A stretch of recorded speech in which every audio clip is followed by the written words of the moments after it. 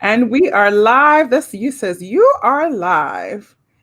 Good afternoon. Good afternoon. Good evening, everybody. Good evening. We're gonna let some people come into the room. Uh happy 2 days after election. I don't know what to say. They're still counting votes. Hi, David Simons. And everyone's still on edge, I think. How you doing, F. Paul? I'm still on edge, pretty much. There was a posting that I read on Instagram from an actor, James Cussetti Moyer.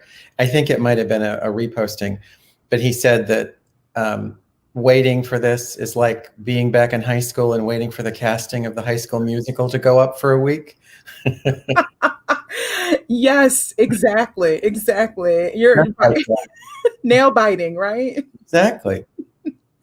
Oh, you want to kill people at the same time. Yeah. Hello, Emerson. Hi, Patrice. Hi, Linda Childs. How are you? Good evening. So good to see you all. Thank you all for coming. I know it's been a crazy week, even last week, but I appreciate you all coming by and getting your mind off of all this politics. Hi, Alan Morrison. Yes. So, F. Paul, I am so happy that you are on Convos, and I know you watched the show a few times. I have, yeah. Yeah, and when I saw, I think I saw you make a comment or something. You sent me a message on Instagram. I was like, "What?" It always still shocks me that people that I respect in the industry that are industry leaders watch this show. Well, it's a very good show, and I'm so excited to be on it, and very flattered that you asked. Of course, I figured. I was like, listen, what is it? We met one time in the backstage at the Met, and I don't even remember which show it was. But you looked at me and you said, "You're Karen Slack," and I said, "Yes." And you said, "F. Paul Driscoll," and I'm like, "Okay." And you said, "You look exactly like your headshot." You do, and that's a big thing. It's clearly, I found out it was a big thing. I said, "Wow, he remembered me," and I realized that a lot of people do not look like. No, and that's always embarrassing because you meet somebody and they say I'm blank, and you think, oh well, you need your headshot replaced. Yes, we all need a little bump and a push. A little bump and a push, but yours is great. And I can't remember. I remember the meeting, but I can't remember what show it was either. I don't remember. I can't remember. But yeah. Anyway, it'll come to me like tonight in the middle of the night. Yeah, exactly. Right? Yes. Hi, Alice. That's Julia Bullock's mom. Hi. Yes. Okay. So F. Paul Driscoll, editor in chief for the Opera News, a magazine that listen, I've been reading Opera News since I was 12 years old, 13 years old, as a young aspiring opera singer and going to music school, taking lessons and voice lessons. Opera News is always sitting on a desk somewhere and in all these places. So please tell us about your background and where you're from. Okay, do you want me to start before the magazine and then work up? Please. I'm born in Manhattan, and I was raised in Westchester and went to high school in Manhattan. And my first opera was in 1969. I went to the Met and I saw the dress rehearsal on Christmas Eve of Tosca with Renata Tebaldi, Shandor Konya, and Cornell McNeil. And I was 15. And that was terrific. And I don't remember that much about it, but it was my first time inside the Metropolitan Opera House. And then the next time I went, which is really what kind of hooked me, was seeing Sutherland and Pavarotti in Daughter of the Regiment. That was a couple of years later. And around the same time, maybe a little bit before, I saw Margot Fonteyn and Rudolf Nureyev in Swan Lake, also at the Met. So those were really the formative experiences for me.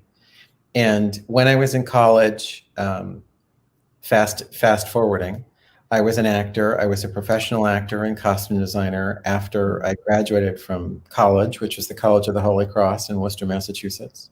Mm-hmm.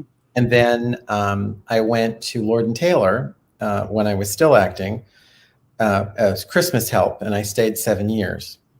And I ended up working in retail for the better part of 10 years, which brought me to the Metropolitan Opera Guild, and I did product development for them. And then I was a freelance writer because I had done a lot of writing projects for the Guild. And I was a freelance writer and a freelance stage director for 10 years. And during that time, I did freelance editorial work for Opera News and for other magazines. And when they were looking for a managing editor, which is in 1998, they asked me if I would come in. And I thought, well, that's fine. It's not that much responsibility. They had an editor-in-chief. They had a senior executive editor that I was reporting to, Brian Kello, who was a very good friend of mine. So I thought that was fine. And then 5 years later, I was the editor-in-chief. I was the bird that was left on the end of the branch, I guess. So that's where I've been since 2003. So that's kind of fast forward. But it's a privilege because it's a wonderful organization. The Metropolitan Opera Guild, as you know, has been around since 1935, and it's in the forefront of opera education and supporting the art form, supporting the Metropolitan Opera. And the magazine has been around since 1936. There are some days when I feel I've been around since 1936. Not quite that long, but it's been fun. And I think it's also been really, really interesting to work for the magazine in this time, you know, when the theaters are so quiet and we still have a responsibility to serve the issues and to keep our readership informed about what's going on with the industry, with the art form, with the people who work in the art form. What's next? You know, coming to the conclusion, obviously, that when whatever all this is over, we'll be looking at something that was very different than what was operative in March of 2020. And in some ways that's good, I think, because it's given us a lot of time to listen to each other and reflect and look at how we could do this better.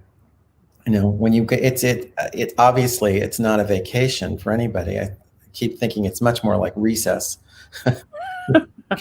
It's not really a vacation. The scenery's not as good. Yeah. It's been really interesting, and it's been really interesting to see how people have handled not performing and doing something like what you're doing by reaching an audience and discussing issues. I mean, you can't do this in the middle of a performance of Aida or Louisa Miller, but you can do this and come into people's homes. And I think that that's an important part of connecting the art form to the people that are engaged in watching it and making it more contemporary and more alive for people. So bravo to you. Well, thank you very much. Thank you.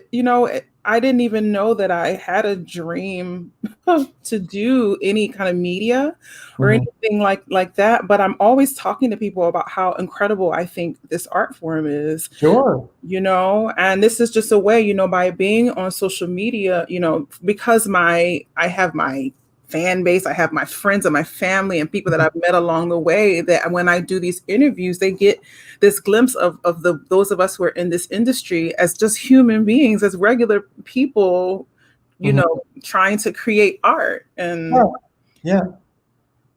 And I think that unless the art is connected to the people who are watching it now and who are performing it now, then it loses its life, I think. You know, it's not something, just because some of the pieces that we're talking about or performing are 400 years old doesn't mean that it's not relevant or contemporary or doesn't speak to issues that still engage us. Absolutely. And, you know, by you being a stage director, you know, you have such a different view on when you go to the opera, when you critique opera, when you do all those things, which, you know, some critics don't have that background. But like, what brought you into stage directing? Somebody asked. I mean, it's like being an editor. I was in the right place at the right time, and I had done some assistant directing and some stage managing. And I had directed in college, but I had done a lot of Gilbert and Sullivan. And when I was in my early 30s, I have very good friends at a theater where I had worked on the business staff, needed a stage director to do Iolanthe by Gilbert and Sullivan. And it was 1 week stock, which actually, if you've ever done 1 week stock, translates into putting a show on in about 28 hours of stage time. So because I was really organized, and in some ways still am, I don't feel as well organized now, almost 30 years later, but I was able to do it, and I enjoyed it, and I enjoyed working with, these were college and students and graduate students who didn't have that much experience, but telling them that they had to do something in 28 hours, they weren't afraid of it. You know, if I had had a whole bunch of people in their 40s, they probably would have told me that they were crazy. So I did quite a few shows, and I enjoyed it. And I think it really helped me be a better manager, working as an editor. And I think it helped me with a critical eye towards what's achievable, and being able to tell when performers are comfortable and when they feel connected to an audience, which is what's important. To be a stage director, I think, is if you're going to be good at it, I think it has to be a good mark between having a very strong vision and being able to pull back. Because the painful thing for a stage director is always opening night, because that's when if you're good at it, it's not your show anymore. You have to realize it belongs to the performers who are connected to the audience.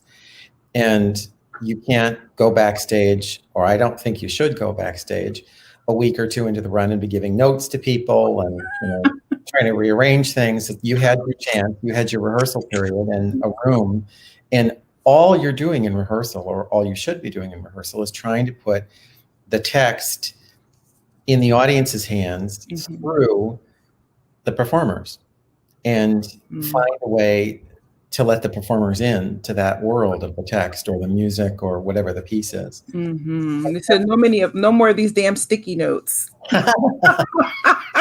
Exactly.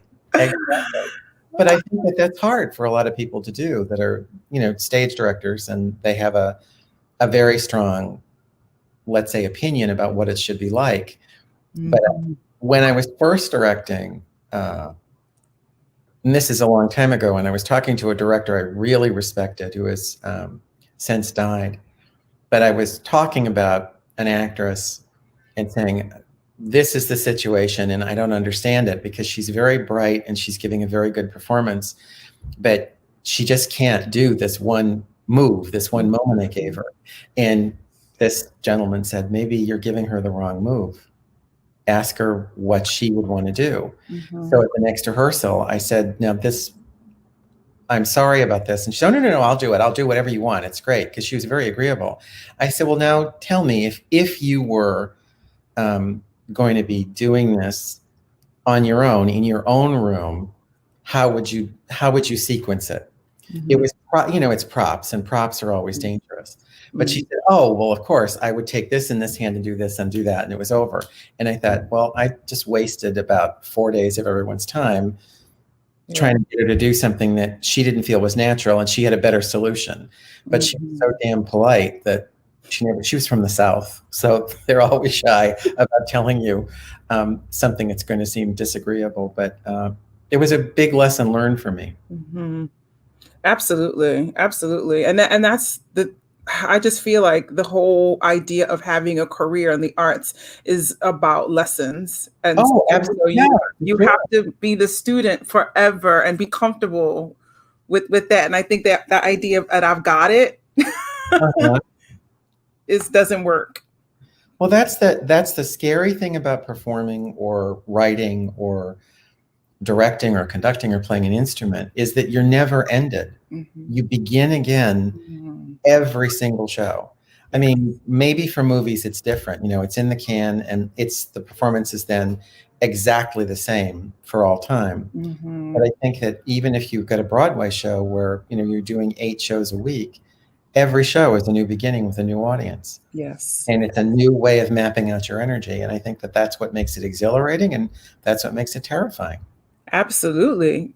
Absolutely. And speaking of stories, like, what are some of the more interesting stories that, we were talking earlier about new operas and new works. And what are some of the interesting stories that you feel like should be on the stage or you'd like to see? Oh, in terms of new work? I'm trying to be tactful, I think. I've seen an awful lot of operas that are 19th century novels Mm-hmm. that are put on stage. And I always think it's a mistake if you have a piece which is going to bring back memories of high school English literature to the people who are watching it, you know. Right. So I think a lot of the wonderful long form novels don't necessarily work. Obviously, War and Peace is the exception that proves the rule. I think the J. Keggy Moby Dick is a very successful Mm-hmm. adaptation of a very big book. But I would like to see more stories that are completely contemporary. I would like to see more stories that take advantage of a nonlinear narrative. Mm-hmm. I loved Champion, the Terence Blanchard Yes. opera. I think that that was so interesting and so successful on so many levels. Um, Another opera I liked, which I also saw at Opera Theater St. Louis, and this is not really contemporary, but Miss Havisham's Fire, which is Mm. an adaptation of Great Expectations. But it took this huge novel with a gajillion characters and focused on only one.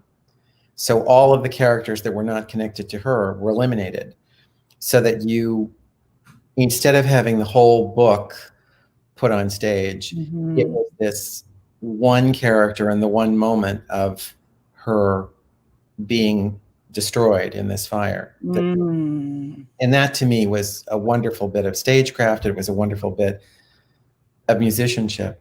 But what I'd like to see are more stories about contemporary men and women. I'd Mm-hmm. like to see a genuine transgender story on stage Mm-hmm. that was, I mean, obviously, As One is something which has been very, very successful Mm-hmm. and produced a lot. There has to be a reason for that, other than the fact that it's a small cast and so forth and so on. Mm-hmm. I think that when you're looking at a story like Champion, which has so many layers in it, Mm-hmm. um, I think when you're looking at a character in the context of an opera, whether that character is male or female or whatever race or gender or sexual preference that character is, the character has to be presented within a dilemma. In other words, that character has to be shown in a situation that has some urgency.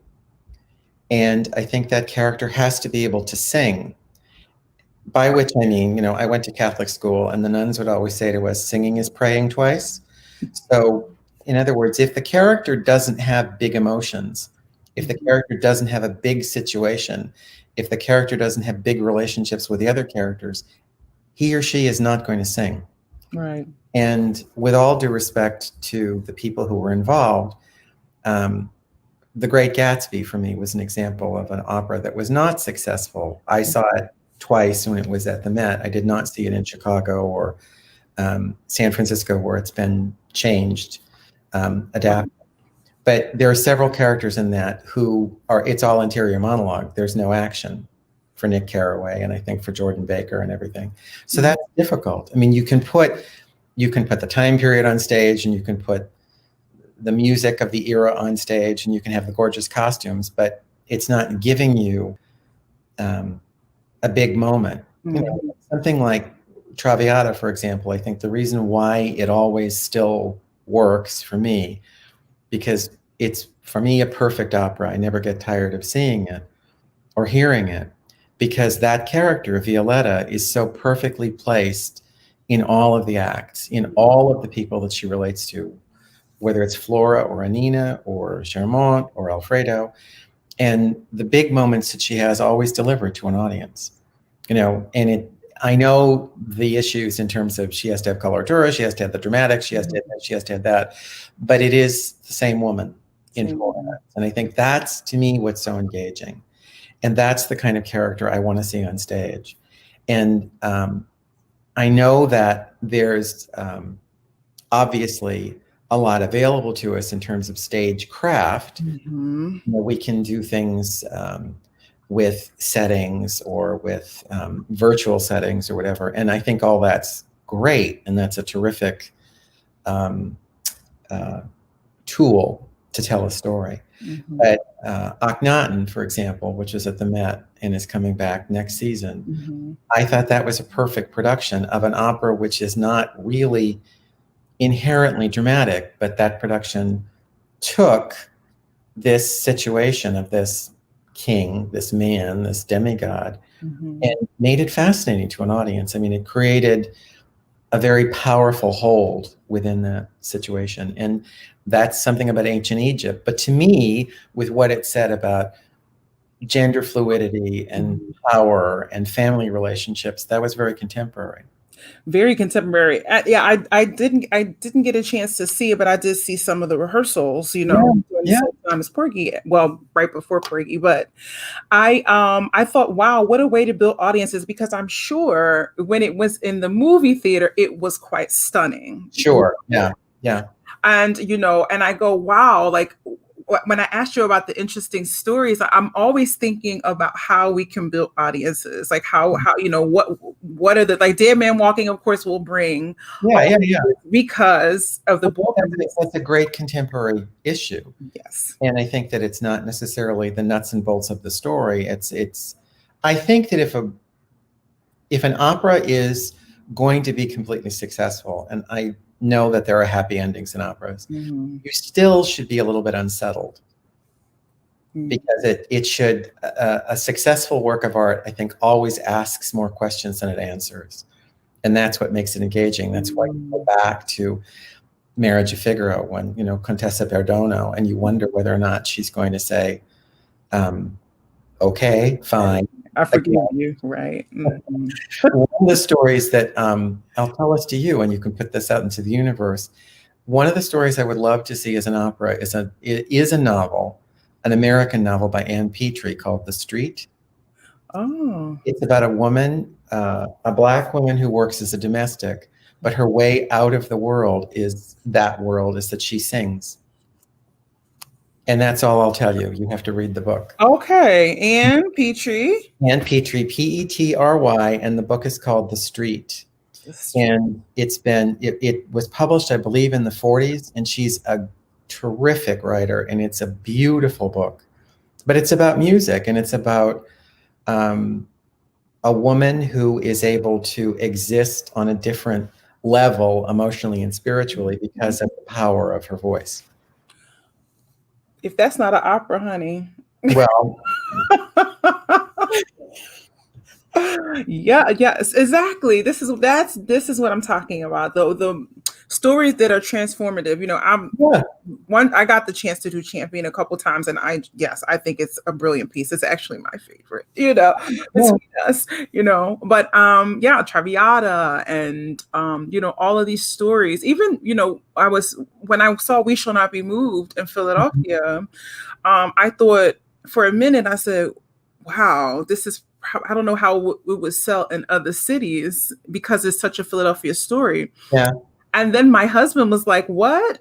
First of all, I would invite everybody to come back. Like, I wish they were doing more performances, because I would invite everybody to come and see it. And secondly, he was like, it's a story about people, just because the references are so Philadelphia, Right. Yeah.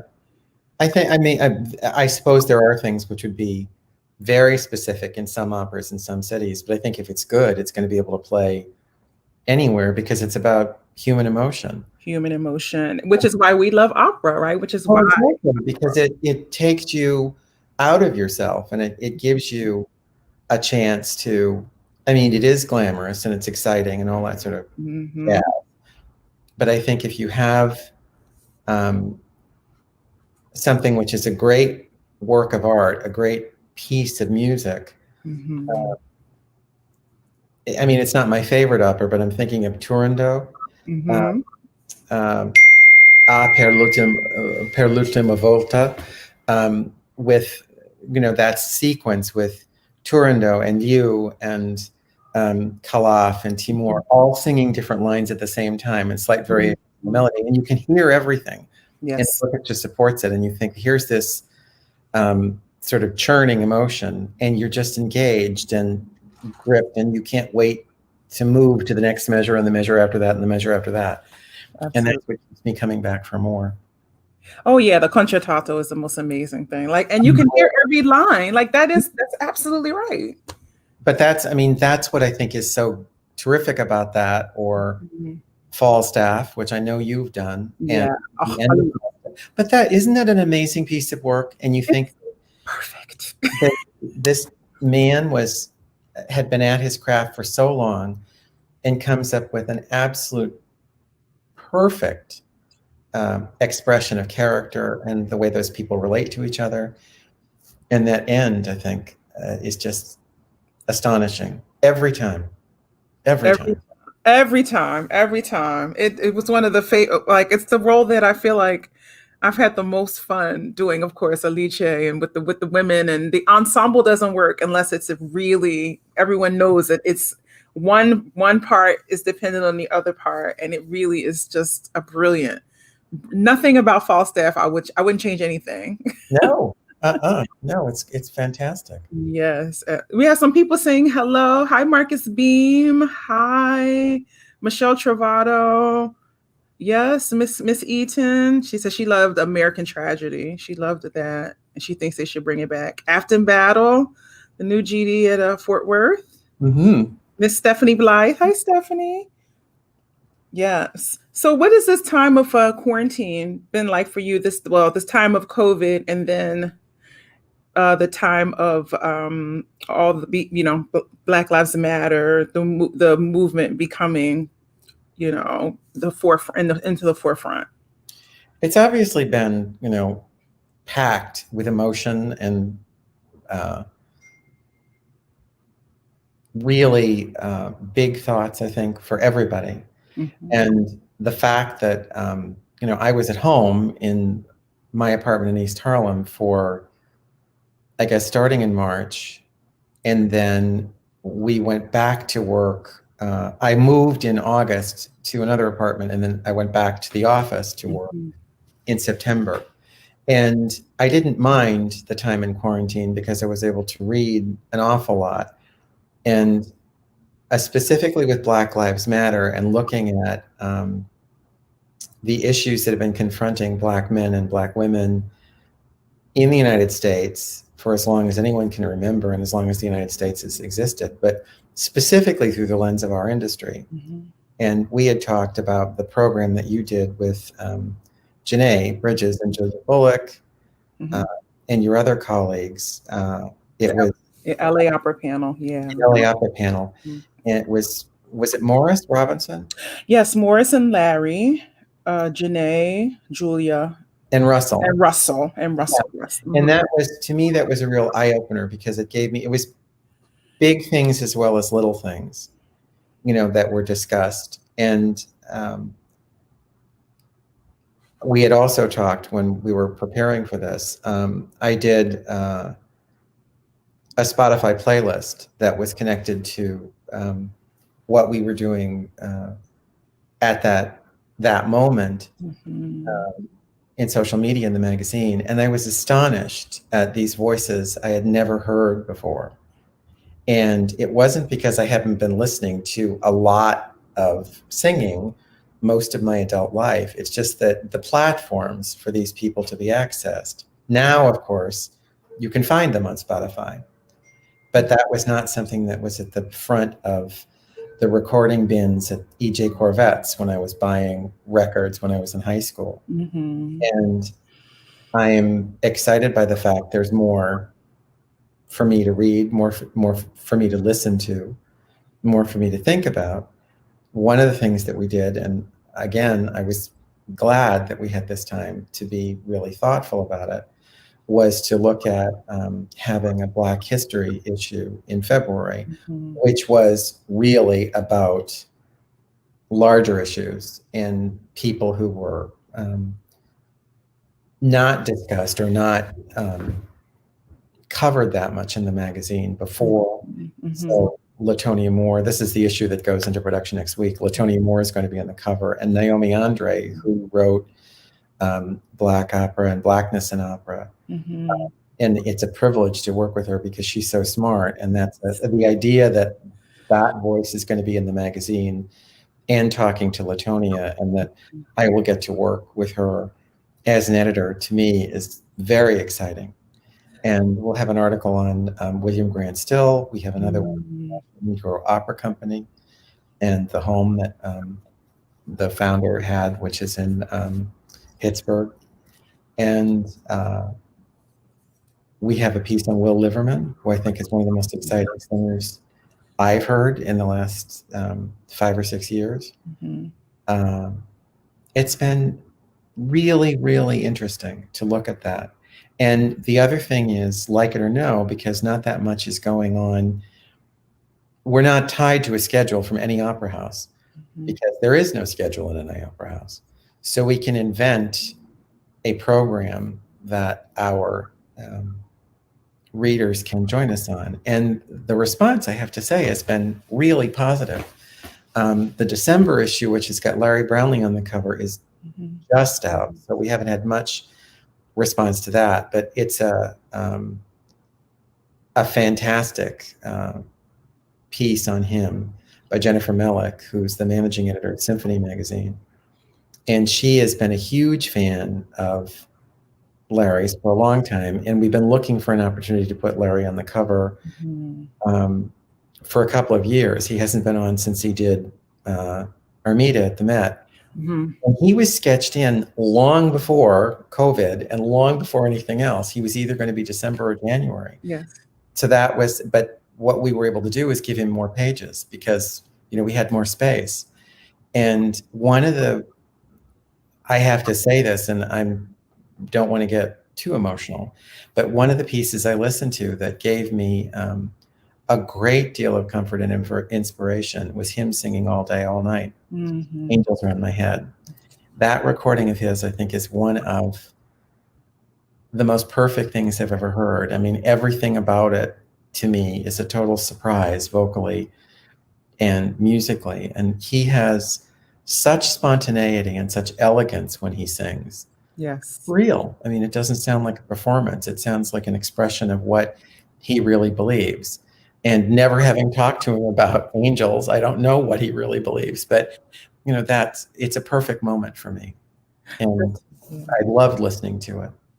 Yes, that is a beautiful recording. And Larry is very spiritual, so everything that he Yeah, is thinking about. he had done. Yeah. I've never interviewed him one-on-one. I've met him several times. Mhm. He did an interview for us, a live interview for us a couple of years ago, and he's done a video interview for us. But as I said, he was on the cover when he did Armida, and then Mhm. this actually, we thought this would be in line with. I think he was supposed to be doing Barbara again at the Met this year.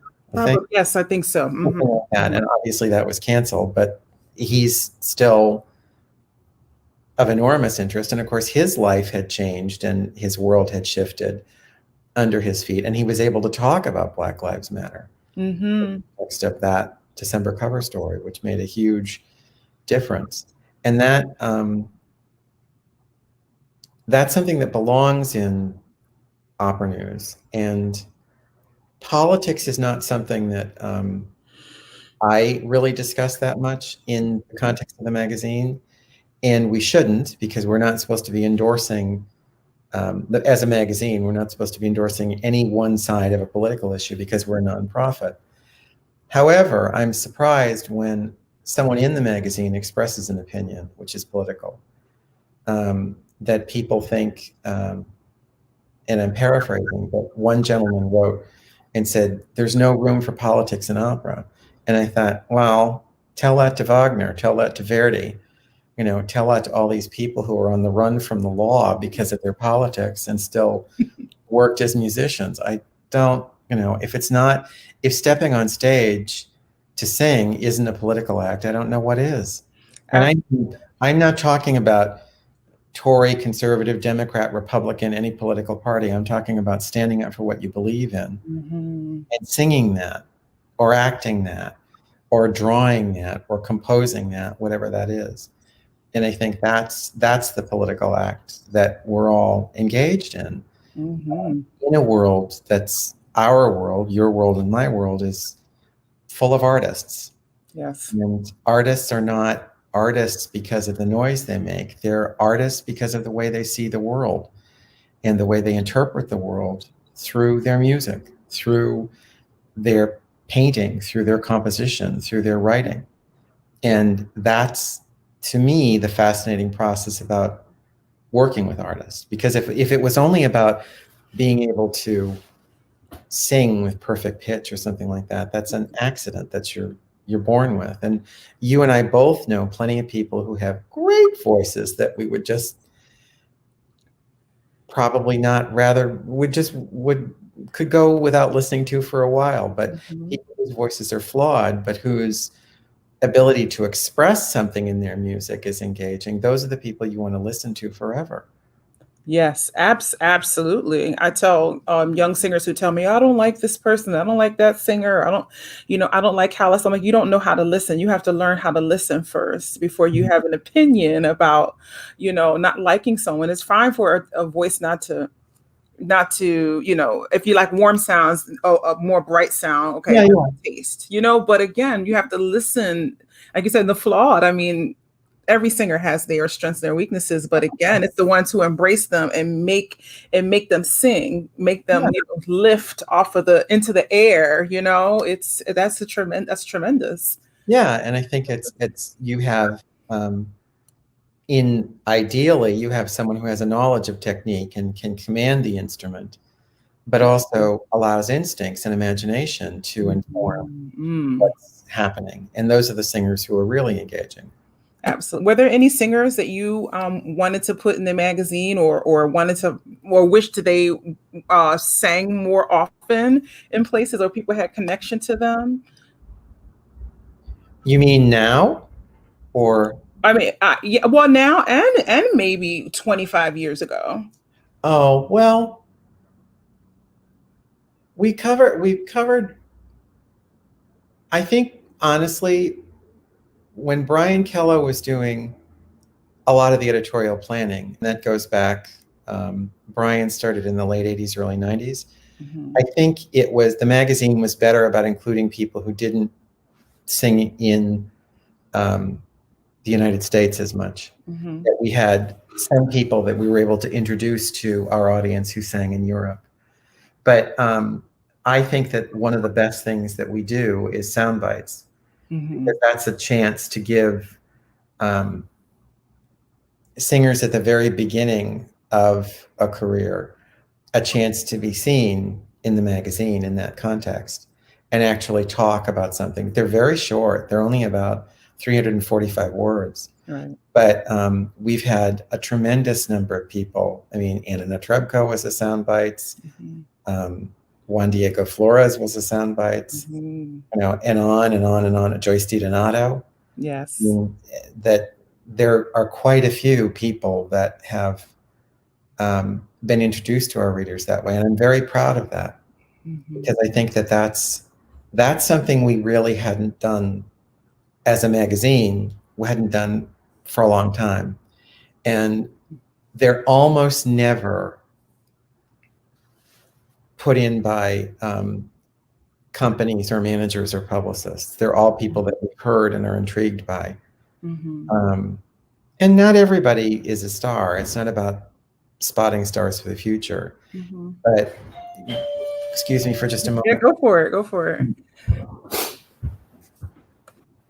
Oh my goodness. Hey, Ross. Hey, Miss Eden. Kevin. Hi, Kevin. Michelle Travato. Always look forward to the sound bites. Me too. On and popping. Thank you all for coming. Now, what's going on? New votes coming in from Pennsylvania. I think on Biden, it's looking good, y'all. It's looking good. Oh, nice. It's looking good. It's getting tighter for sure. We can handle tight. We can handle that. We just need to push through. Of course, everyone always wants to, know how does one get chosen for the cover? How does one get chosen to be in opera news? Everyone always talks about that. Or is it just a certain level of artists, a certain career level? There are a couple of different things that we have to look at. When we put someone on the cover for the first time, it's always really easy. because it's somebody that we think the work is interesting, they have interesting projects, we think that they could talk about what they're doing in an interesting way. It's a good match with a particular writer in a particular part of the world. What's always tricky is putting someone on the cover the second and third time, because what's happened since the last time? When we put someone like Stephanie Blythe, for example, who's on the cover of the Diva issue this month. Her first cover was, and I did her first cover story, which was, I think, in 2001. Wow. And that was when she had been singing at the Met, and I had heard her sing in Philadelphia. And I went to see her in concert or recital, I guess, at the 92nd Street Y, and that really blew me away because I thought that she was totally original. He had a song cycle that was written for her by Alan Smith, Yes. Vignettes Ellis Island, which we later did as a television special. But anyway, that was just seeing somebody that was, I thought, highly unusual, and putting her on the cover was an easy decision at that point. And it's not ever something that is a snap decision, but we very often look at people for 6 months, a year, something like that, to see where that would fit.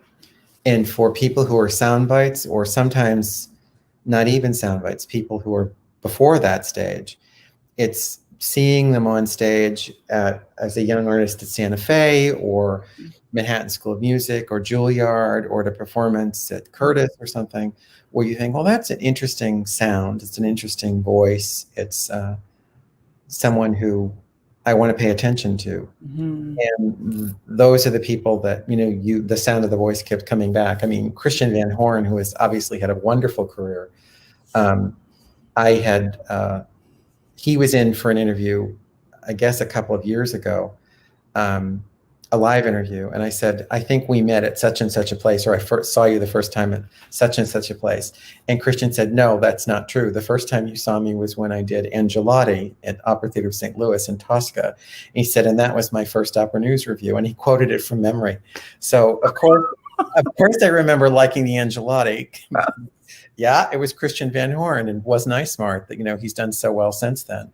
But I think that was when he was about to go into the Young Artist program at Chicago. But I think for us, we're not, that what has changed in the world, I should say, and gives us more freedom to go after people we think are interesting.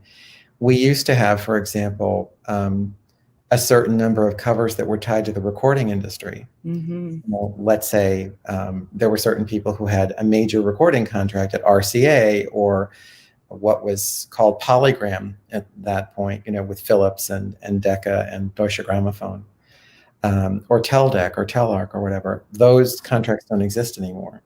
That level of advertising doesn't exist anymore. That way of introducing artists to the public doesn't happen that much anymore. Right. And the other thing is that we would have very, very powerful managers who were interested in us looking at particular artists, and some people were very smart about it, and some people were maybe a little bit less strategic. But those managers don't exist anymore. Right. I mean, someone, for example, and I use this example a lot if I happen to be talking to younger publicists, when Miss Bartley was making her Met debut, Opera News offered her the cover, and Edgar Vincent was her publicist at that time, and they turned it down because she felt it was not, and Edgar felt it was not a cover to do Despina, that she wanted to come in as a member of an ensemble. She'd already been on the cover once before in connection with the recording work, and she's been on the cover several times since then, and she's completely delightful. But I think being able to say no to an opportunity like that is really smart, because I think now when you're looking at outlets, how you're getting yourself out there, whether it's online, whether it's in print, who you're talking to, how you're going to get your story out, how you're going to connect to a project, who are you working with. You have to be very strategic about it. Mm-hmm. And I think, especially with social media, young singers can be overexposed very, very fast. And Yes. you have to be very careful about how you put yourself out there. And, we've had people who, let's say, some managers have come back and said, is it time for so-and-so to be on the cover again? And I'm saying, no, it hasn't been long enough Mm-hmm. for us. That's not, I think we have to really look at what the story is, how the story is developed. Because if you have someone, I mean, she's no longer with us, but someone like Joan Sutherland, obviously that's someone who's featured in opera and in opera news and Gramophone magazine for what, 30, 40 years? Yes. I mean, there was always something new to say in terms of the projects that she was working on or Mm-hmm. what she was singing or whatever.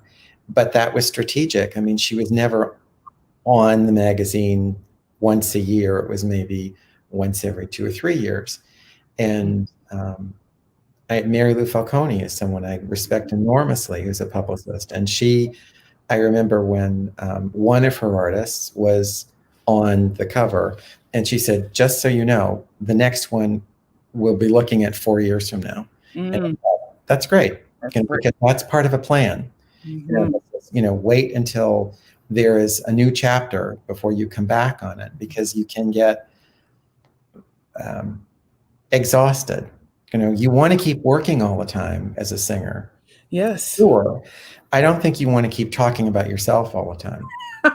That's just me. I agree. That's why I have this platform, so other people can come on and talk. I'm not talking about myself, No, Mike is always like, you don't, you're so promoting other people. But I agree. Nobody wants to just sit and talk about themselves. yeah, but I think that this is a new twist. I mean, no one would know seeing you on stage as Alice Ford or Aida or Louisa Miller that this is something you could do well. So that's a great part of your story going forward. Absolutely. Yes, absolutely. Maybe I could work with Opera News on interviewing people. You never know, right? We should talk about that afterwards. That sounds like a date after this is over then. Now I wanted to, okay, so we talked about the stars, and many of them are my friends, or I'm fans of. I love singers. I mean, as a singer, I love singers. I love opera, but I want you to talk a little bit about the middle class, because I always feel like we have our top tier singers, and then there's like the medium, the small companies that don't always get the spotlight, and then there's this middle class of artists that are like sort of keeping opera alive in a way. And like I want you to talk about how you feel about that, or how one can go from the middle class into the top, and like what does that look like? That's a really good question. I mean, it used to be very easy, given management companies that were larger, that you'd look at certain artists, say, who were with a very powerful manager, and you'd see a gentleman or a lady making a role debut in Atlanta or Colorado or a smaller theater in Europe, and then bringing that role to Chicago or the Met or something in a couple of years. I think what you have to look at is, first of all, I mean, what goes without saying is the work ethic. Always, always, always do your best work wherever you're singing. Larry Wasserman, who was a manager for years with Disbecker Incorporated, used to say to the people he hired, if you sign with this agency, I will get you one job. I will get you your first job. He said, every other job you get, you have to get yourself, because it doesn't make any difference what I say to a conductor or a company manager if you show up and don't know your music, or you're not. So that goes without saying. But I think in terms of what you want, I think you have to map that out for yourself. Now, I would say in some cases, you have to look very carefully at what's realistic or what's not realistic. And a lot of things we think are not realistic And I'm not talking vocally, but Mm-hmm. you say, well, okay, I've got ambitions to sing at this theater with this conductor. Maybe that will happen. But then you have to back that up and say, what is it that I look at this person who's there? What did he or she do to get there? You Mm-hmm. know, who are the other people that they sang with? What are the roles they sang? What are the orchestras they worked with? You know, is taking a cover contract a good idea? Mm-hmm. The other thing I would say for um, every single person I've ever interviewed, ever, male, female, singer, conductor, whatever, um, all of them have a small group of people they trust that give them advice. All of them. You have to have ears you can trust. You have to have a mouth you can trust. Whether it's your mother, whether it's your voice teacher, whether it's your husband or your wife or your boyfriend or your girlfriend or whatever, you have to have the people that are going to be real with you and let you know that maybe you're not singing your best. Mm-hmm. Maybe you could afford to do something a little bit differently. And I think if you've got that cadre, that group, that cohort of people that are going to be with you and have your back all the time, that's 85 to 90% of Mm-hmm. being successful. Because in this life, whether or not, you know, as you say, it's the middle class, I mean, I think that part of what we've got in the way the industry is constructed now, if you look at how the industry has changed in my lifetime, not in my lifetime at the magazine, but in my lifetime of going to the opera. You know, when I was first going in the late 60s, early 70s, companies like the Met in Chicago had weekly artists who did all of the small parts, and young artist programs didn't really exist.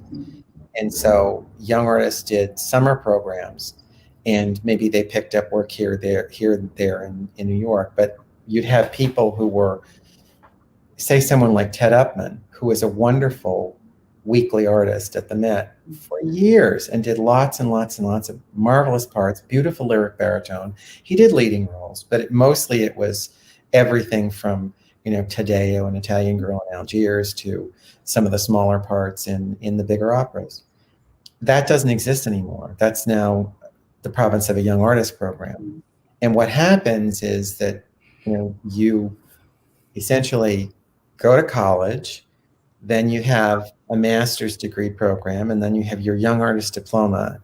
And then if you're lucky, and you know, it's kind of like a James Bond movie, people keep going up to the table and rolling the dice and like, yeah, they move on to the next thing. Yes. Then you have the young artist program, and the young artist program, as soon as you get in there, you start thinking about what's going to happen when you're done, if that happens. But then when you come out of the young artist program, your place is immediately taken by another young artist. And then where do you go? Because you're not, if you're truly lucky, you're not going to go to the top right away. Right. Because I think that's a disaster. You have to be ready for it.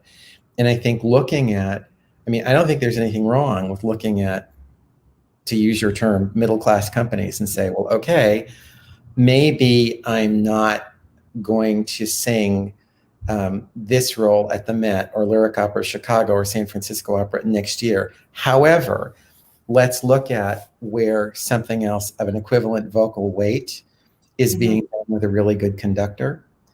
And who is a conductor that's say working at a smaller regional house that would be worth my salt?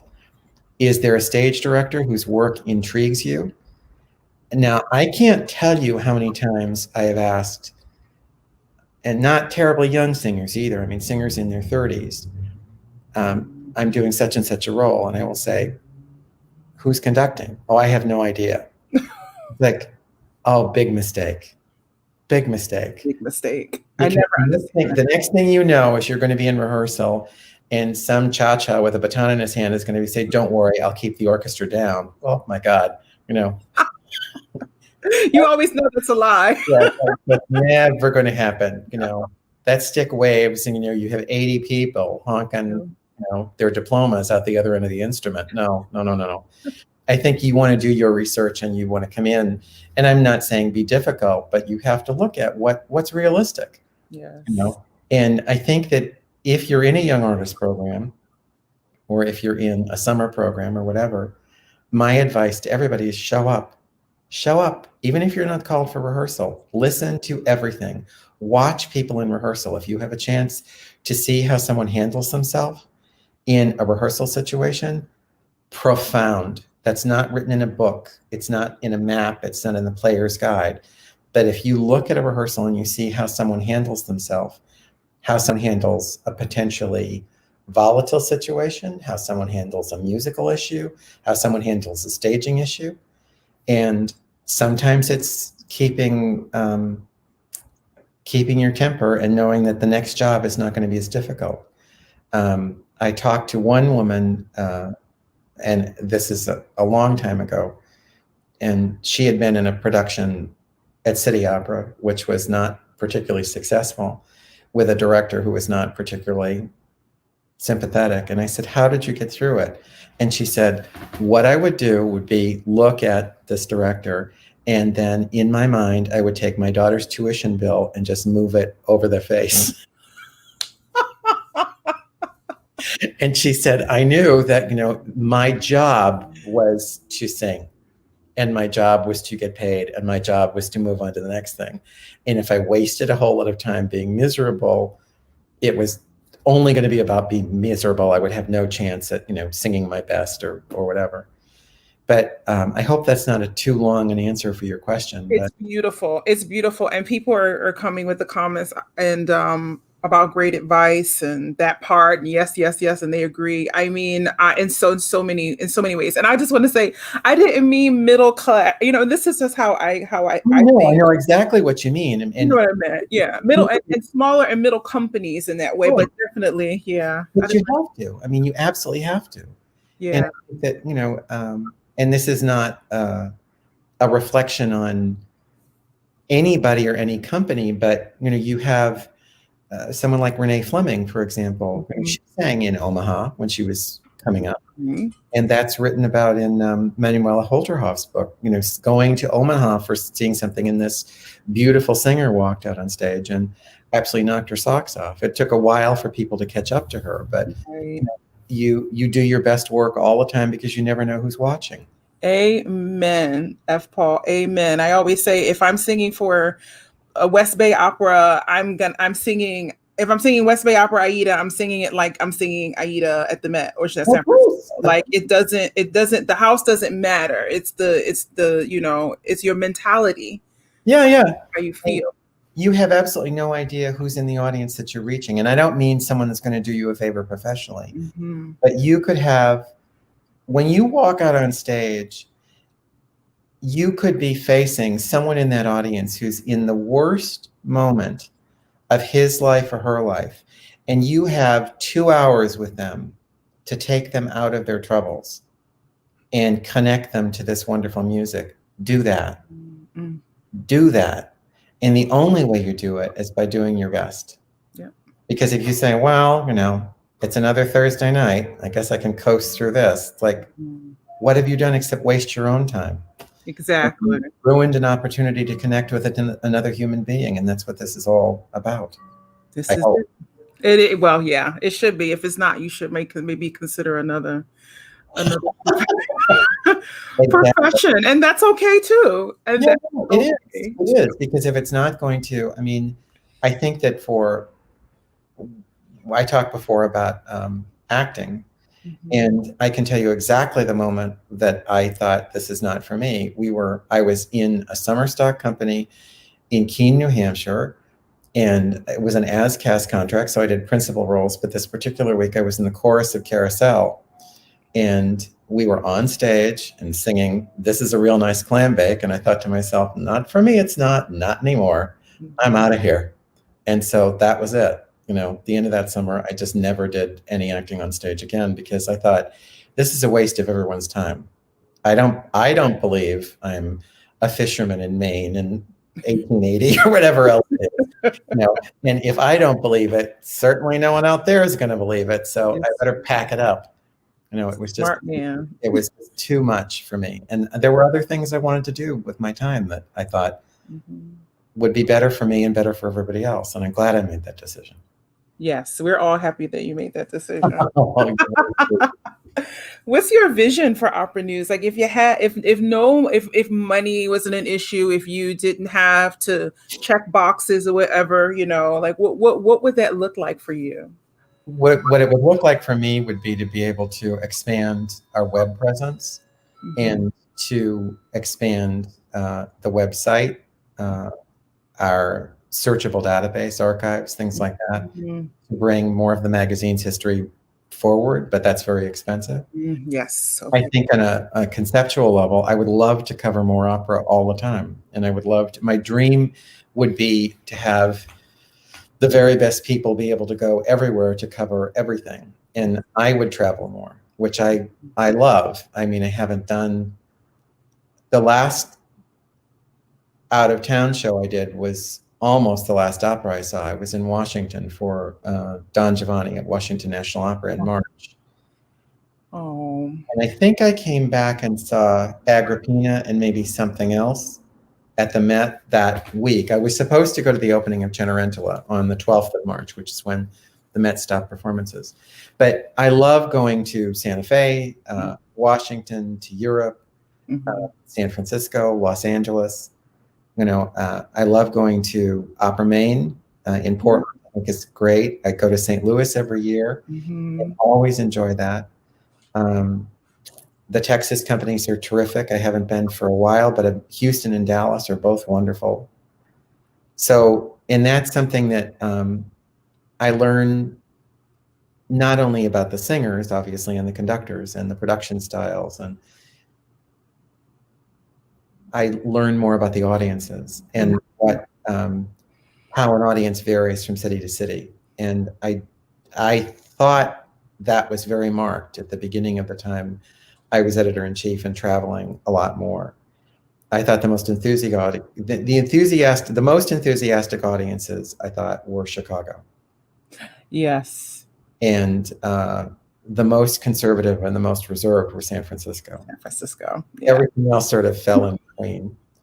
But I remember a performance of Lucia with Natalie Dessay in Chicago. It was like a Bulls game. I mean, like it was almost frightening the way they cheered when she finished the mad scene, which was great. Which is why we go to the opera. That's the thing. You have this. It sits right here, and you're sitting on an audience. I mean, and and it just pours out at the end. Or when I saw the video of Sandra doing Bolena, and at the end, I mean, how can you not Well, just? she's amazing, and I tell her all the time that if she ever decides not to do Trovatore again, I can do that production. I could walk it. She'd have to give me the recording because I've seen her do it in Chicago, San Francisco, and New York. Yeah. And there's sometimes that I forget what city it was in. That this is the David McVicker thing with the spinning castle. But she's great in it, and she gets better every time she does it, I think. She's a marvelous artist. Yes, she And is. I think I've also seen her do at least one other production of Trovatore. I didn't see her do the one with the steps and the flames, but I did see her do. I don't know if you were in New York when they had the production. I think it was they had the really big dresses. No, I didn't see that. Huge hoop skirts. They were sort of like hovercraft. Wow. Oh, okay. Makes it easy to sing in that, Yeah, it was in mid 19th century costume. The production that was at the Met before the McVicker one. The McVicker one, I think, is ultimately more successful, more atmospheric to me. Yes, absolutely. Absolutely. It looks like someone's going to die by the sword, not die by the corset, if you know. Which, I mean, we appreciate, tremendously. And I'm sure people watching that understand what that life is. They appreciate not having to watch that. Yeah. As well, The other thing I think is interesting about this time, anyway, is we have a chance to watch more and watch more online, watch more movies, watch more theater online. And I think that that's another thing that can serve singers is that you want to expose yourself to as much as you possibly can. And so I know it's expensive, but going to the theater or watching a theater or watching film, watching how contemporary issues are presented in other art forms, I think ultimately helps you as an artist, shakes you up a little bit. Truly. And I think that, for example, there are certain issues that confront us today, in terms of tolerance, intolerance, or however you want to put the label on it, that truly changes our appreciation, I think, of what is on opera. That you think in something like Aida, the notion of slavery seems so remote. Not really. Not now. Not today. Mm-hmm. Not if you have 5 minutes even to think about it, 2.5 minutes to think about it. What does that mean? What does freedom mean? What does that level of sacrifice mean? Mm-hmm. That's a big issue, and it's not something that belongs buried in the middle of the 19th century. That's here now, and I think that that's what performers have to bring to it. It's what directors have to, and it's what conductors have to. That makes it contemporary, to perform it with a level of urgency and honesty that keeps it fresh. Mm-hmm. Otherwise, it's a wax museum. Absolutely. Do you think that's a part of the rehearsal period because they were so short in many places? That's a big issue. I mean, because I think anyway, the rehearsal period is short, and the rehearsal period is short for economic reasons. Mm-hmm. I do think, however, that learning how to rehearse makes a big difference. Because I think this is a broad generalization, but this is for all the singers out there. If you rehearse on Monday and you work with the stage director, conductor, and you go from point A to point C, right, on Monday, when you come in on Tuesday, be at point G, do your work in between so that you're able to start from a fresh place. Don't expect people to pull you along the way. You've got to learn. If the rehearsal period is short, there's nothing you can do to give yourself more time in the room. But no one is going to be able to dictate what you do with your time out of the room, whether it's studying, whether it's listening, whether it's memorizing before you get there, whether it's looking at this and really, really getting it into your brain. And when I was directing, this is a long time ago, but this is a singer named Robin Johansson, who is now working in Germany. She had worked at Berlin, and she'd sung smaller parts at Bayreuth. And she was just out of Carnegie Mellon, and we were doing a production of Grand Duchess of Gerolstein, and she was the Duchess. And the first act finale of that is 65 pages long. And we had, most of it's her, but we had on a Thursday morning from 10 to 12 to block it, and it was just, and so she came to me at the very beginning of the rehearsal, and she said, I need you to do me a favor. Don't talk to me. Well, she said, if you want to point, but she said, I think I have this learned, and I'll know at the end of the 2 hours. She was flawless. And that I've never seen anybody yank up all of her colleagues, because you see everyone's standing there, in their cutoff shorts and their t-shirts and the baseball caps on backwards going, well, we'll never get through this. And here's the person who has more to learn than anybody else, sails through it because she'd done her homework. And she's sitting backstage with earphones on and a silent keyboard, tapping notes so she would know the pitches, so that she wouldn't freak out the first time she heard the orchestra. And to me, that was a lesson. It's like, be ready for it, Now, I wouldn't have minded if she'd known half of it, or if I'd had to do a lot more work with her. But the lesson for me was that, preparation makes it easier for everybody, not just for you. And I think that's something with a short rehearsal period. You've got to learn those lessons. And it's always been, everyone has always complained about rehearsal periods being short. Yeah. Some of the singers who were around in the 50s saying, well, we only had a month. It's like, oh my God. Yeah, that's right. It's never enough, right? Even when you the period from when you get the offer to you sign the contract to whatever that period is. Sometimes you have to learn. Listen, my first Tosca I learned in 2 weeks because I would not I needed to sing it. I needed to get the opportunity to do it, or if you have 2 years to learn something, whatever that means, and all the stuff in between, you have to balance what that level of preparation is for you day one. Well, it's like water seeking its own level. In one of Uta Hagen's books, she said, there are times in rehearsal you will not be able to do a painting. You'll be doing a sketch in oils, but it's equally valid. You have to prioritize your choices. This is the most difficult moment. This is what I have to master. This is the second most and the third most. It's not about, fussing with details in a linear way. It's about identifying what the potential, points are on your vocal shopping list so you're able to get through it.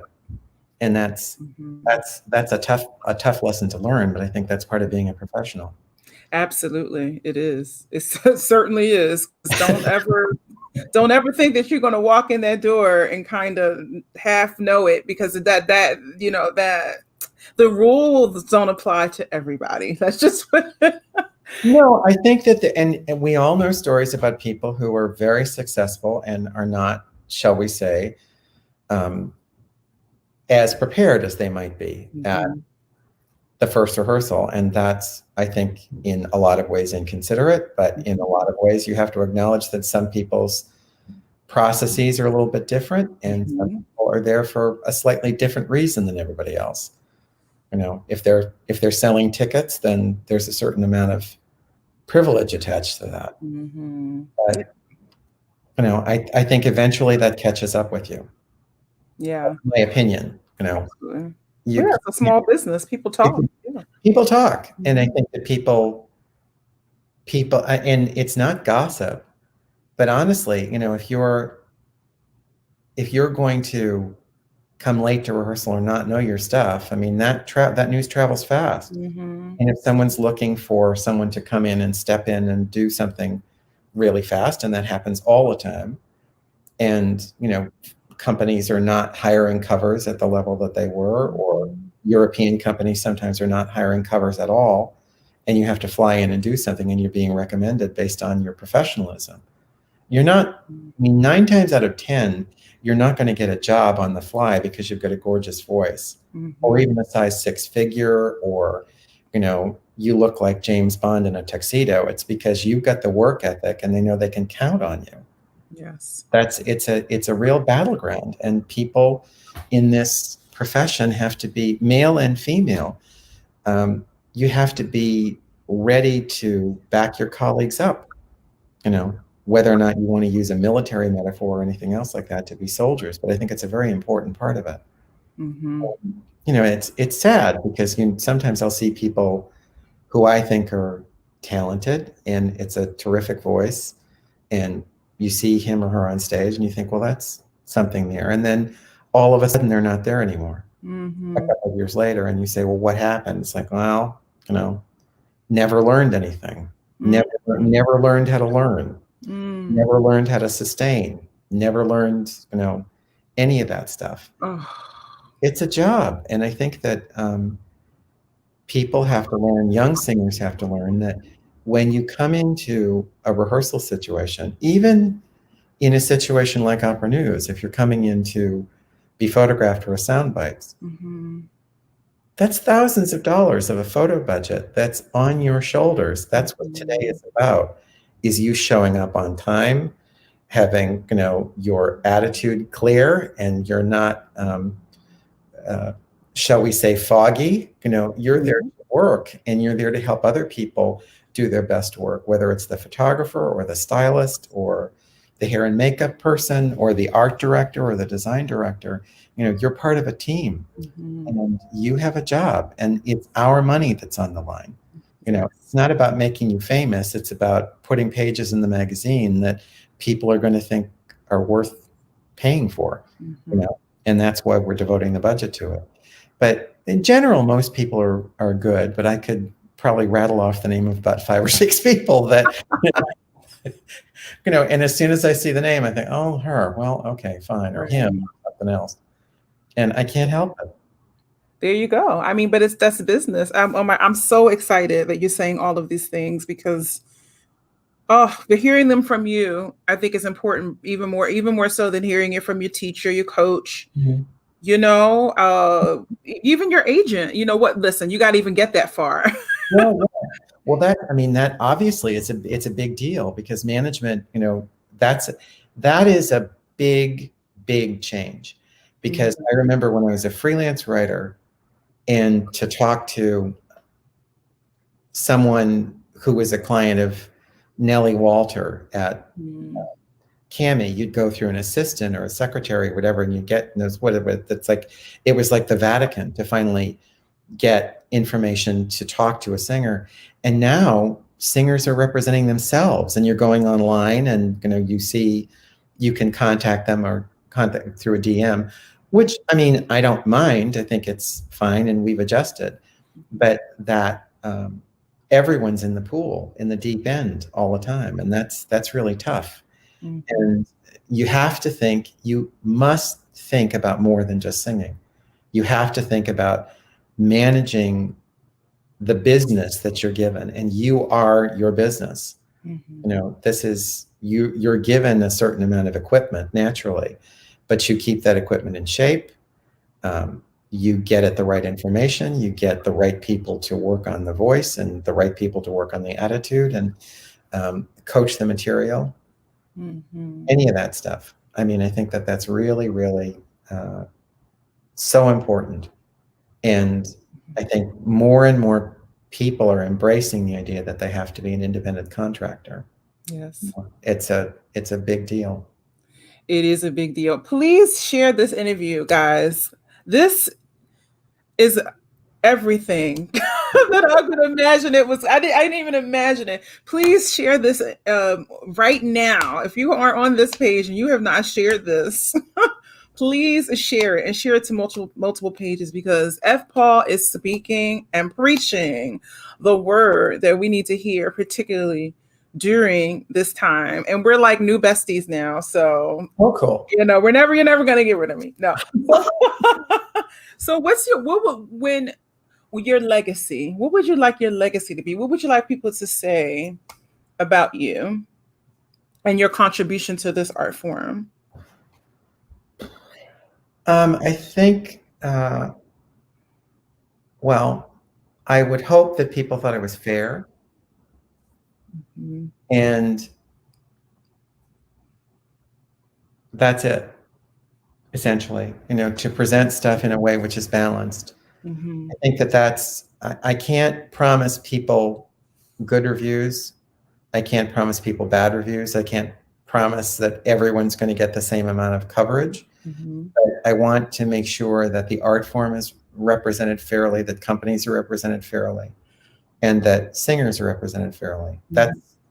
I think that's what I would hope I brought to the magazine. And also, I'm still very curious about a lot of things. And I like the fact that we've given people a platform to talk about things that the magazine hadn't talked about before. I mean, it's a tiny thing, but the cracks you would not believe. The first time we had to have an editorial meeting, this is when I was managing editor, and Dolores Zajic was being interviewed about Sharon Sweet, and she said she sings the shit out of it.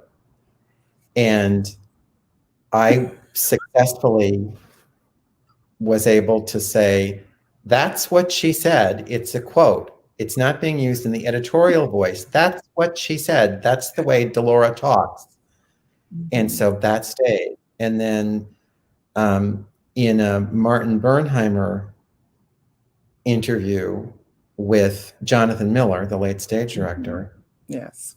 Jonathan Miller said something was a fucking impudence. And the man who was the editor-in-chief at the time took out the word fucking and said, that's an impudence. And I said, I'm sorry, but that's a different person talking. Right. That's an impudence sounds like, Lady Bracknell or whatever.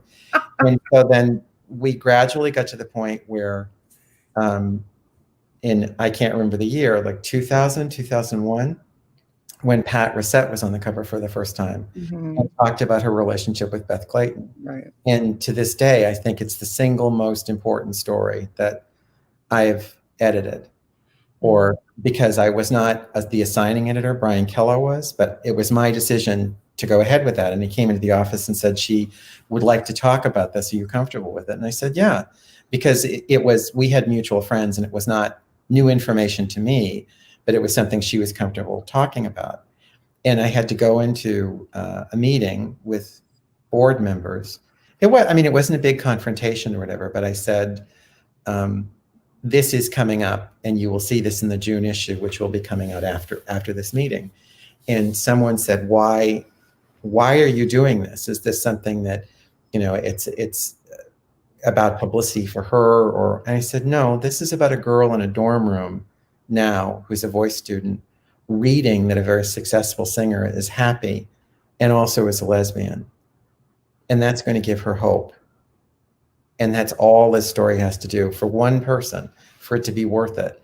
And I was prepared for all kinds of letters, and we got exactly one that was negative. Exactly one.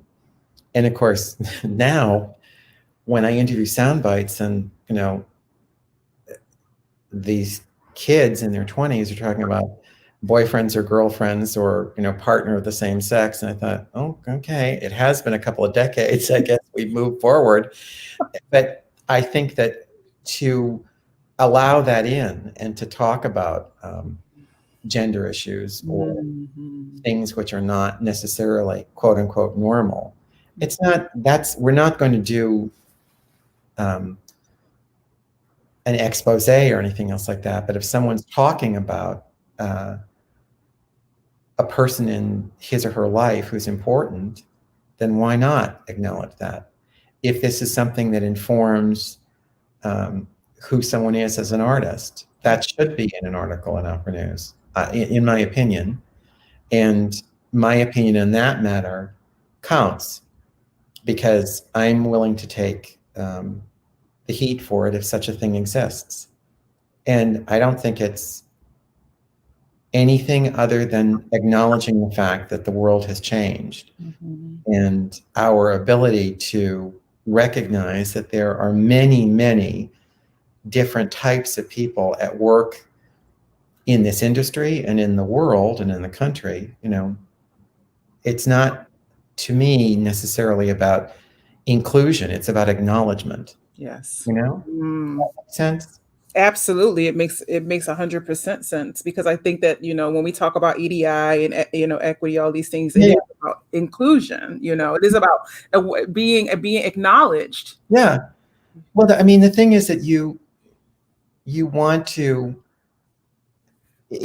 obviously we're not doing like a New Yorker magazine profile, which is 25,000 words or something, right. But you want people to be able to see as much of the artist as possible and acknowledge that this is who he or she or they is, that this is the type of person that is doing the type of work that we're writing about. Yes. Now that's something that it's not appropriate, in my opinion, to bring that on the course of a review, which is obviously a lot shorter. But if you're talking about a profile, sure, I think that's it's important.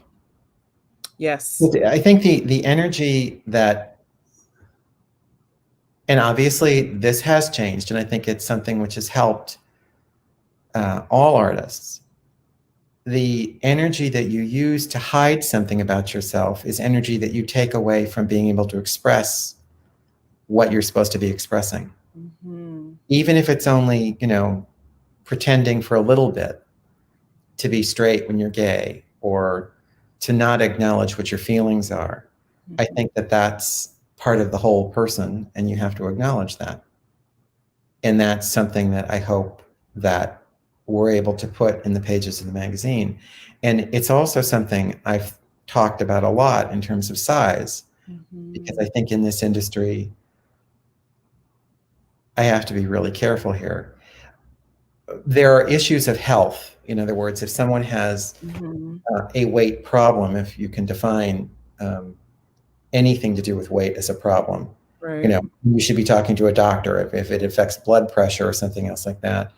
But I think if it's a question of people in this industry who are able to sing, who come in different shapes and sizes, Mm-hmm. well, guess what?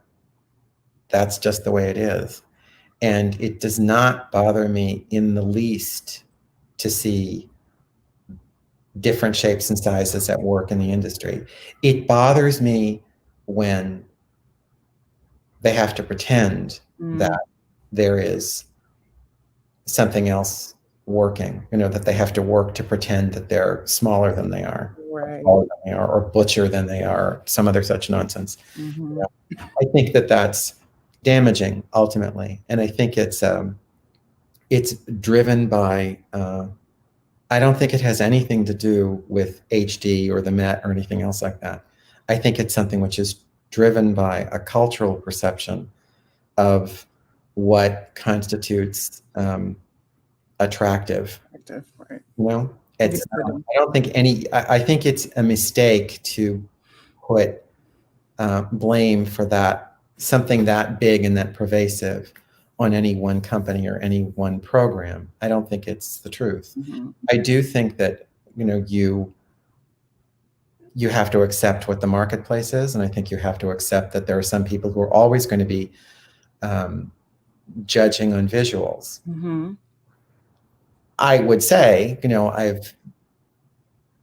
my opinion, a lot of people who judge on visuals don't know that much about singing, and they're very often the first person to give bad advice on the matter of singing. That's just a warning from me. I didn't even pour my wine today, and you know what? Oh, we were talking, darling. Let me pour my glass. Here's to you. Cheers to you. Cheers to you. Mm. Mm. Hmm. That's a word, honey. That is a word. Especially when you read these blogs in the comments, you're like, oh my God, therein lies the.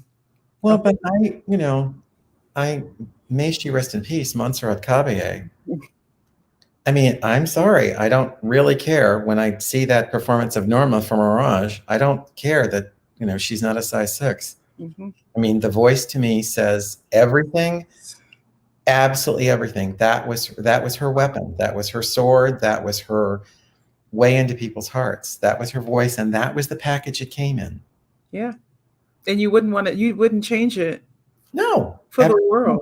And I think when you try to screw around with that, it is very damaging. Mm-hmm. I mean, if you want to lose weight, that's great. I mean, if you feel you should, or, there's a problem with, as I said, physical, talk to your doctor. Mm-hmm. And a doctor will tell you something, but, a doctor's not going to say, so, well, if you really want to sing Desdemona, you're going to have to lose 15 pounds. Right. Exactly. No. Absolutely. I mean, I've struggled with all those things. I struggled, my weight. I struggled with my, depending on what phase of my, where I am at the time, when I was at my smallest and I got the opportunity to sing Traviata, the damn reviewer was like, oh, her arms were big. And I'm like, a reviewer actually talking about your arms? Yeah, and then she sang so beautifully, and I just forgot about it. And I'm like, what the hell are you talking about? Right. And he gave me a fabulous review, but still, like it opened up, like, oh, her arms were so big, and but she sang so beautifully. I forgot. And I'm like, what? Or even like this idea that you have to make people forget that you're like Black or a person of color. Like, hello, that's not your job. No. I mean, the thing is, it's like, first of all, it's not a documentary, and you're acting a role on stage. You're not in the Federal Witness Protection Program trying to fool somebody into thinking that you're a completely different type physically. That's just nonsense. Nonsense. But I think that a lot of it is, well, for example, in sports, and I know nothing about sports, but what I can tell you is if you look at any sports coverage, and let's say it's a Yankees game that they're writing about in the New York Times or whatever, find me anything in those reviews that talks about what weight the players are or how good they looked in their pinstripes or whatever. It's all about how they played the game. That's it. That's It's it. all about how they played the game. So if you're going to make it visuals, then you're not really listening to the most important part, which is how did they sing? If it's something that is it now, I think that you can be a person of size, if we can use that thing, and still move really well. There's no, I mean, I have to tell you, seeing Sutherland and Pavarotti for the first time, I was not thinking about their size. I for sure was not, because they really moved. They were quick on their feet in those days. That was something that I was totally engaged by at that point. So I don't think that that's if you've got the equipment, learn how to operate it. It's not just the voice, it's the body. And it's not about size, it's about self-acceptance. I think, and I'm no psychologist, and I first of all, I think it would be the height of arrogance for someone of my size to give diet tips to anybody. But honey, they do, honey. I know, exactly. But there we are. Here we are. Yeah. So speaking of Sutherland and Pavarotti, what are some of your favorite evenings that you remember in the theater? Like something that our audience would love to hear. I should have written down a bunch of them, but I would say the night Leonie Riesneck said her farewell as the old countess in The Queen of Spades. That was amazing. Regine Crespin as the old prioress in Dialogues of the Carmelites. And I think it was another performance of Dialogues of the Carmelites, Therese Estradas as Lidoine. Oh, wow. Well, what I remember about it, and it was not, her thing wasn't voice, but I went to this performance, which would have been in about 1994, maybe. She was Lidoine. And what I remember about it was that production, it's the Dexter production, which is still in at the Met. And it was it was very well routined, and everyone did a very good job. And they were all doing their nun things and bringing the stuff on and off. And I was with an actor who was considerably younger than I was, and we were in standing room. And Lidoine makes her entrance from the back of the stage. And what I remember is his head snapping back when she walked on stage for the first time, because she was walking like a real person. And everything that is in Lidoine, if you know the opera, that Lidoine is a peasant, not an aristocrat, that she was the superior of that particular convent or establishment because it was the revolution. And that's why Marie of the Incarnation was passed over, because she was the illegitimate daughter of a prince, I think. But that everything Stratus did in the context of that show was of that moment and totally real. And at the end, which I will never forget, is when she makes the decision to walk to the gallows, a lot of women who sing Lidoine, and I've seen many, many productions of it, and people do a really good job in different stagings. I mean, I saw it in Chicago, and I saw it in St. Louis and a bunch of other places. But this is a public assembly, and these women are forbidden to wear the garb of religion, as it's called in the English translation. And when she gave the final blessing as she was walking up, it was just, her hand came up and it was the tiniest little blessing of all. Most people are doing this big, sort of semaphore signal, but it was so personal. And she looked at every person and gave them a reality. I'm trying to think if there's anything else that this is just totally random. Russell Thomas, whose name came up earlier. Yeah, Russ is here. He's here. I was a judge in a vocal competition. I've talked to him about this. And he came in. I did not know his work terribly well. And it was a vocal competition. And I think there were 5 judges. And as he was about to start to sing, they realized the fourth judge had left the room because he had a phone call, family emergency or whatever. And you know that the worst moment for any singer is right before they have to sing in an audition. It's Yeah. like being at the top of a diving board. And I remember him standing in the room at the Liederkranz Foundation or whatever it was, waiting for this judge to come back in, and then getting the signal after this, what it seemed to me, interminable wait. And he was in it and on it with the first note. That was a perfect performance. And he got straight tens from all five judges. Wow. And I thought, whoever this guy is, I want to know more about him. And that's when we made the decision to make him a Soundbites. But I've never seen him give anything other than 1,000%. Yes. Whenever I've seen him on stage, whether it's the first prisoner or I can't remember if it's first or second prisoner, but the guy in Fidelio that wails that he did a really good job on, but also to do larger roles. I saw him do Manrico in Trovatore in Chicago, and I thought he was terrific. It's fantastic.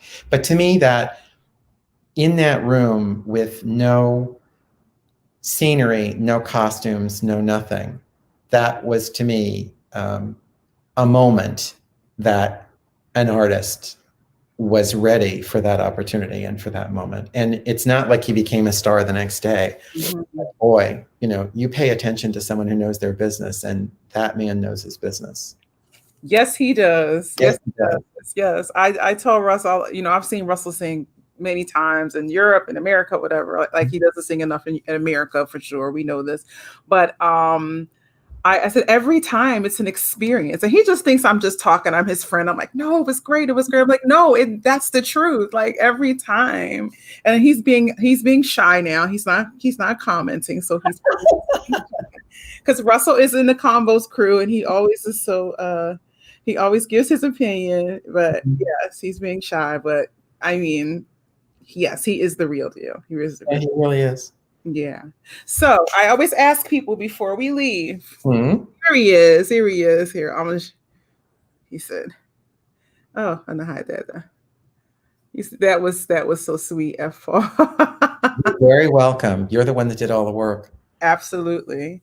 So I asked every 5 dinner guests in history. Oh. Yeah, I just started that.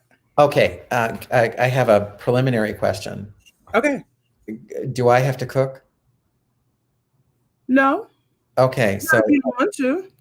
no, and you wouldn't want my cooking either. Not unless you were inviting people over for toast. Yes.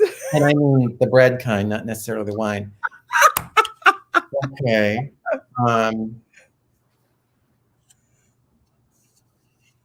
I'm thinking.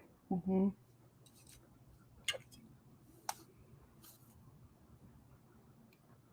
That's okay. You can.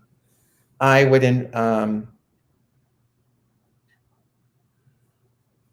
Mozart, Mm-hmm. because I would want to know what he was really like. Mm-hmm. James Baldwin, because I would want the conversation to be substantive, if you know what I mean. And I've only seen his recorded interviews on television and read his essays, but that for me was an amazing mind, and amazing courage.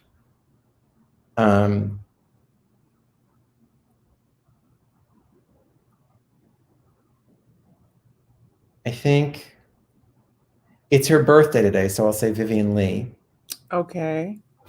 because we'd all want something to look at. Exactly. Some people are there for the aesthetics. Yeah. And she's also witty and delicious and all that stuff. Mm-hmm. Um,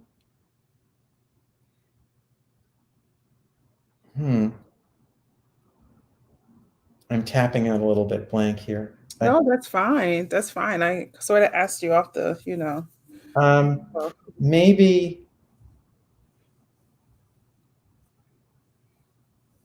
Jane Gardam, who is a British author I like very much. Mm-hmm. And she was somebody, she wrote a wonderful trilogy called the Old Filth Trilogy, um, which is shorthand for Failed in London, Try Hong Kong. Someone who worked in the British Empire. Mm-hmm. I did see her do a reading, I guess about 8 or 10 years ago, and she looked exactly the way I imagined, so that was good. Yeah. And then Hugh Jackman, because I think the people that wouldn't be looking at Vivian Leigh would be looking at him. So is that good? That's perfect. That sounds like a fun party. It's a little something for everybody. Exactly. Yes.